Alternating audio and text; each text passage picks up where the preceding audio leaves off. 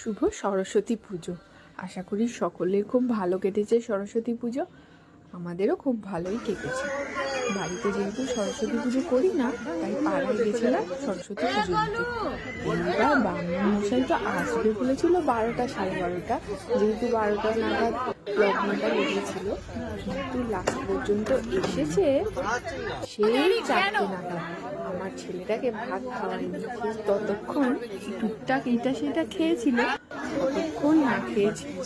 কি অবস্থা, 10টার মধ্যে পরের দিন পুজো দিতে পারবে কিনা সেই জন্য গিয়েছিল। ওটা খেয়েছিল, আসতে এত লেট হয়ে গিয়েছিল, মহা মুশকিলে পড়েছিল। যাই হোক, শেষ পর্যন্ত পুজোটা খুব সুন্দরভাবেই দেওয়া হলো। ছেলে কিন্তু খুব এনজয় করেছে।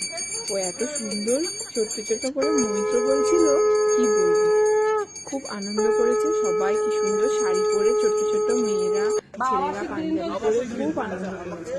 আসলে সকলের সঙ্গে সবসময় তো দেখা হয় না, এইসব অকেশনগুলোতেই সব বাচ্চারা এক জায়গায় হয়, খুব মজা করে।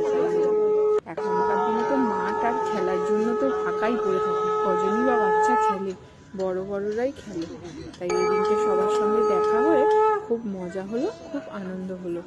আর সকলের নিশ্চয়ই সরস্বতী পুজো খুব ভালো কেটেছে। সকলে ভালো থেকো।